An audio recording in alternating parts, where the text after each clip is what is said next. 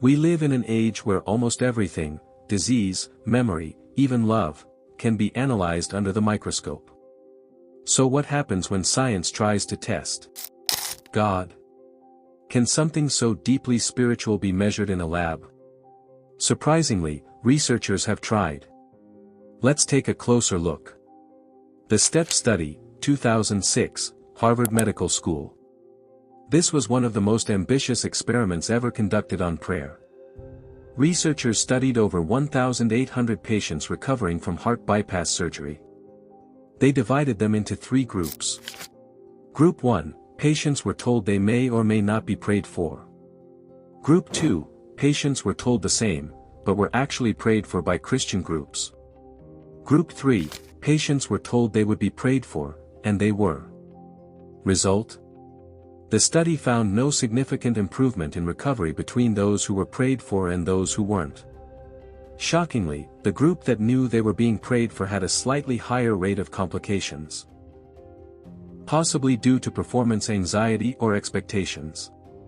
This suggested that prayer itself, at least as measured in this structured way, didn't produce a divine effect that could be detected medically. The God Helmet, Dr. Michael Persinger, 1980s, 2000s. Dr. Michael Persinger, a neuroscientist, developed a strange-looking device called the God Helmet. It uses low-frequency electromagnetic fields to stimulate specific parts of the brain, mainly the temporal lobes, where we process memory, emotions, and spiritual experiences.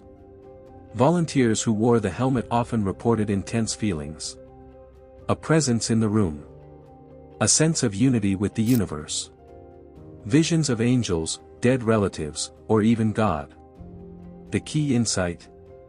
These reactions were created without any religious stimulus, just through brain stimulation.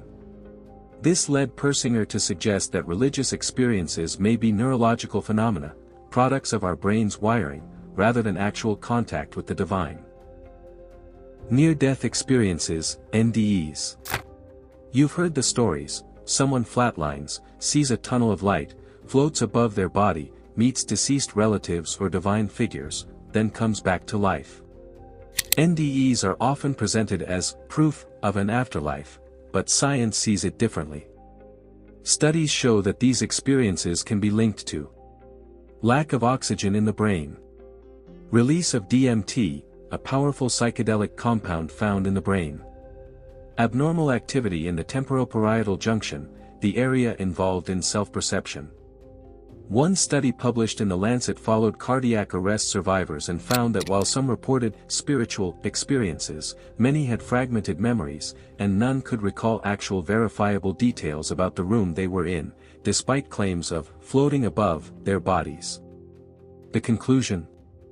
NDEs may feel real, but they're likely brain-based phenomena, not glimpses into heaven. Brain imaging and religious experience. In more recent years, neuroscience has gone further. What we have found is that individuals who show a temporal lobe sensitivity or creativity and who are very religious, in that setting, they will have a religious experience. We can generate the sensed presence, which is defined as God. Using fMRI scans to track what happens in the brain during prayer, meditation, and religious ecstasy. Findings show frontal lobe activation during prayer, linked to focus and decision-making. Temporal lobe activation, associated with emotional intensity. Deactivation of the parietal lobe, where our sense of boundaries between self and environment is processed, leading to a feeling of oneness with the universe. In essence, these spiritual states can be mapped, and even triggered, with technology or meditation techniques. But does this prove God doesn't exist? Not necessarily. It simply shows that human brains are wired to experience transcendence. Whether that points to a higher reality or a survival-based psychological adaptation remains an open question. So what does this mean? Are we just evolved apes with spiritual hallucinations? Or are these brain-based experiences windows into something beyond? When science looks at the universe, it sees patterns, elegant laws, mathematical precision, and a strange balance that allows life to exist. Is this cosmic fine-tuning, the fingerprint of a creator? Or just an illusion born of chaos and chance? Let's look at both sides. Many scientists, even non-religious ones, acknowledge that the universe seems incredibly fine-tuned for life. Consider this. If the gravitational constant were slightly stronger, the universe would have collapsed into black holes. If it were weaker, galaxies would never have formed. The strong nuclear force, which holds atoms together. If it varied by just 0.5%, stars couldn't produce carbon, the element essential for life. Even the rate of the universe's expansion, called dark energy, is calibrated to 120 decimal places. A fraction off, and the universe either collapses, or expands too fast for stars to form. This precision leads some physicists to suggest a designer, or intelligent cause. Because the odds of all this happening by chance are astronomically small. But other scientists argue, what looks like design, could simply be selection bias. If there are infinite universes, a multiverse, then it's not surprising that one of them has the right conditions for life. That one is ours. And if life didn't emerge, no one would be around to ask the question. This is known as the anthropic principle. We see the universe as special simply because we're inside it. To them, invoking God is unnecessary. It's like saying thunder is divine when we already have meteorology. Despite advances in biology, scientists still can't fully explain how life emerged from non-living matter. Experiments like the famous Miller-Urey test, 1952, did create amino acids, the building blocks of life, from early Earth-like conditions. But creating self-replicating DNA, cell membranes, or consciousness in a lab? Still out of reach. For theists, this is the divine spark moment, something science hasn't cracked. For skeptics, it's just a matter of time. If God exists, why does belief vary so much by geography, culture, and even age?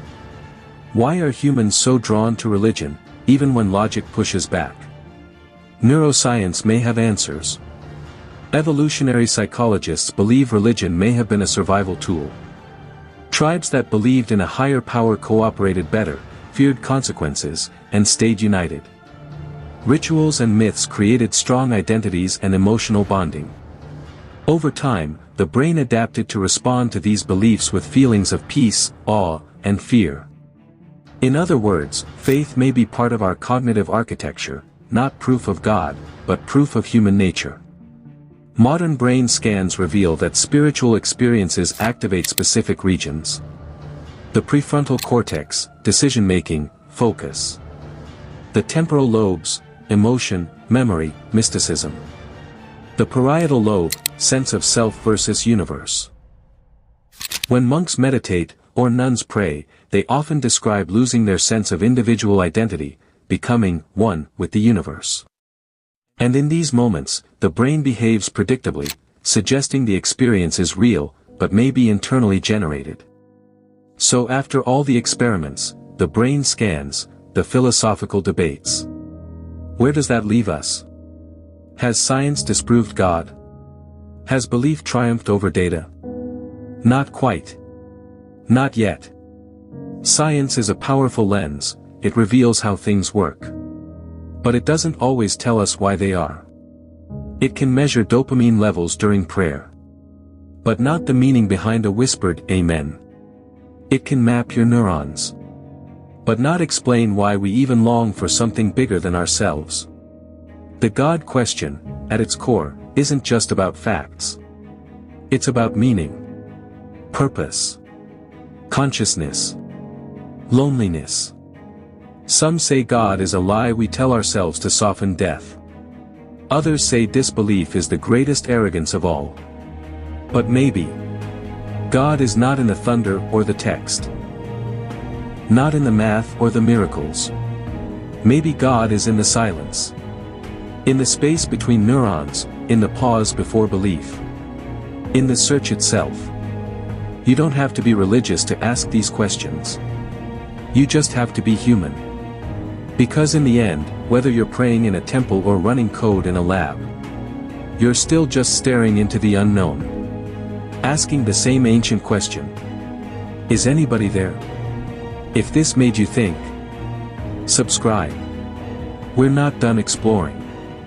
This is the Nexus. And this is just the beginning.